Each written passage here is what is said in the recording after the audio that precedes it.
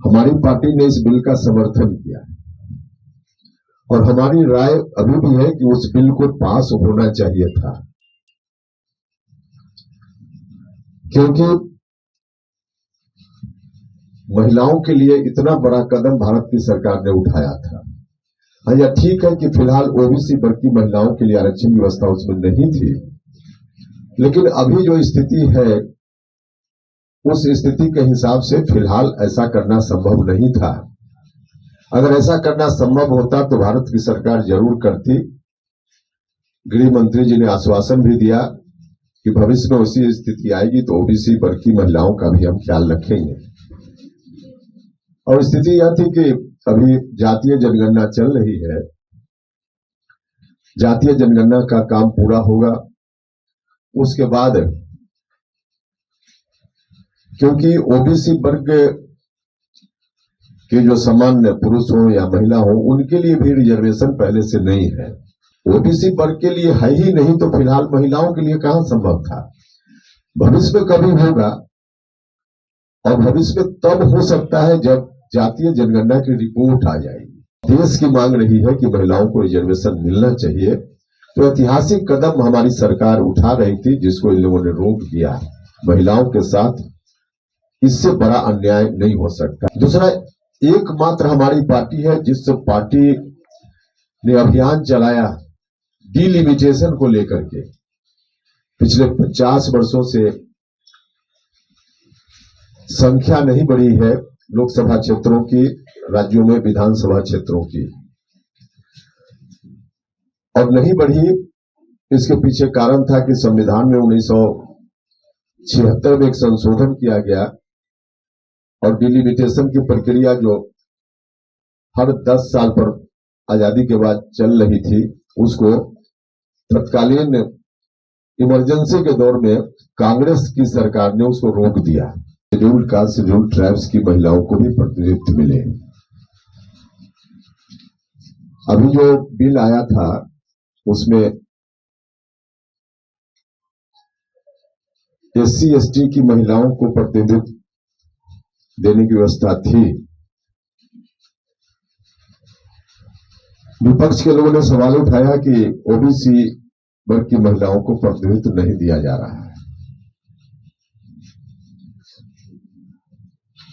हमारी पार्टी ने इस बिल का समर्थन किया और हमारी राय अभी भी है कि उस बिल को पास होना चाहिए था,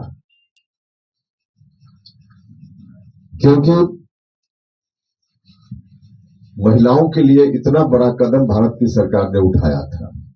यह ठीक है कि फिलहाल ओबीसी वर्ग की महिलाओं के लिए आरक्षण की व्यवस्था उसमें नहीं थी, लेकिन अभी जो स्थिति है उस स्थिति के हिसाब से फिलहाल ऐसा करना संभव नहीं था।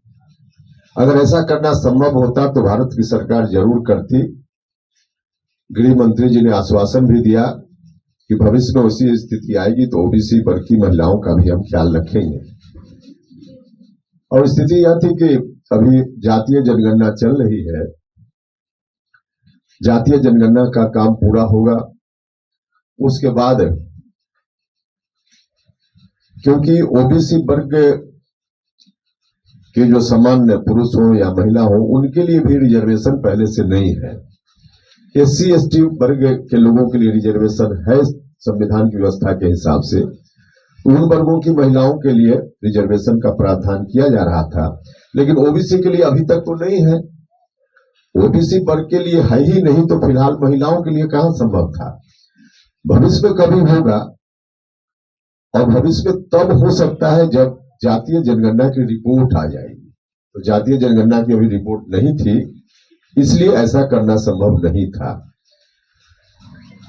अभी जितना महिलाओं को दिया जा रहा था, महिलाओं की पुरानी मांग रही है, सिर्फ महिला नहीं बल्कि देश की मांग रही है कि महिलाओं को रिजर्वेशन मिलना चाहिए। तो ऐतिहासिक कदम हमारी सरकार उठा रही थी जिसको इन लोगों ने रोक दिया। महिलाओं के साथ इससे बड़ा अन्याय नहीं हो सकता है। विपक्ष के लोगों ने ऐसा अन्याय किया। दूसरा, एकमात्र हमारी पार्टी है जिस पार्टी ने अभियान चलाया डिलिमिटेशन को लेकर के। पिछले 50 वर्षों से संख्या नहीं बढ़ी है लोकसभा क्षेत्रों की, राज्यों में विधानसभा क्षेत्रों की, और नहीं बढ़ी। इसके पीछे कारण था कि संविधान में 1976 में एक संशोधन किया गया और डिलिमिटेशन की प्रक्रिया जो हर 10 साल पर आजादी के बाद चल रही थी, उसको तत्कालीन इमरजेंसी के दौर में कांग्रेस की सरकार ने उसको रोक दिया। तो आज भी उसी स्थिति में है। हमारी पार्टी ने निरंतर कहा कि डिलिमिटेशन जरूरी है। आज भी हम कह रहे हैं और हमने तो अभियान चलाया, बिहार में कई जगह बड़ी बड़ी रैलियां की हमने, और उन रैलियों के माध्यम से लगातार हम इस बात के लिए वातावरण बनाते रहे कि डिलिमिटेशन होना चाहिए।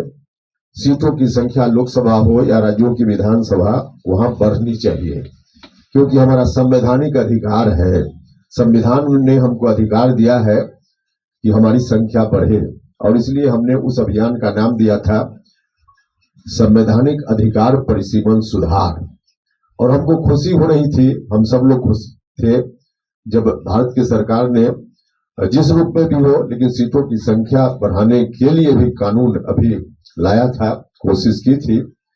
हम बार बार उस वक्त भी कह रहे थे कि यदि 2011 की जनगणना के आधार पर ही परिसीमन हो तो बिहार में अभी लोकसभा क्षेत्रों की संख्या 40 है, उसकी जगह 60 हो सकती है। हम लोग बहुत प्रसन्न थे जब भारत की सरकार ने अभी 40 से 60 लोकसभा क्षेत्रों की संख्या लाने का निर्णय लिया, और इसके लिए भी बिल था। डिलिमिटेशन होता तो बिहार में 40 की जगह 60 लोकसभा क्षेत्रों की संख्या हो जाती, और विधानसभा में भी अभी 243 की जगह 365 विधानसभा क्षेत्रों की संख्या बिहार में हो जाती। तो इतनी बड़ी संख्या बढ़ती, बहुत सारे नए लोगों को भी चुनाव लड़ने का मौका मिलता, और संसद में बिहार के 40 की जगह 60 लोगों को जाकर प्रतिनिधित्व करने का मौका मिलता, और बिहार में भी विधानसभा क्षेत्रों की संख्या 365 हो जाती, तो बहुत सारे लोगों को मौका मिलता, महिलाओं को भी मौका मिलता, उनकी संख्या उसमें 33% होती। तो विपक्ष के लोगों ने इसको भी नहीं होने दिया। तो बिहार के साथ बहुत बड़ा अन्याय इन लोगों ने किया है। कांग्रेस के लोग, आरजेडी के लोग बिहार के साथ बहुत ही बड़ा अन्याय किया है इन लोगों ने, और इस अन्याय को हम जनता के बीच जाकर कहेंगे लोगों से। कितना अच्छा बिहार के लिए शुभ अवसर था कि 40 की जगह 60, जो हम लोग आंदोलन कर रहे थे, अभियान चला रहे थे, हम लोगों की मांग लगभग पूरी होने वाली थी, लेकिन इन लोगों ने मांग पूरी नहीं होने दी। हम आदरणीय प्रधानमंत्री जी का, गृह मंत्री जी का, एनडीए के तमाम नेताओं का हृदय से धन्यवाद करते हैं कि आपने बिहार में दूसरी जगह भी सीटों की संख्या लोकसभा क्षेत्र में, विधानसभा क्षेत्रों में बढ़ाने की कोशिश आपने की। सरकारी स्तर पर निर्णय हुआ, बिल भी लाया आपने, लेकिन विपक्ष के लोगों ने सहयोग नहीं किया, जिसके चलते नहीं हो पाया। तो इसलिए हमारी पार्टी ने कार्यक्रम तय किया है कि 22 तारीख मतलब कल ही महागठबंधन के जो दल है, इन लोगों ने जो अत्याचार किया, अन्याय किया,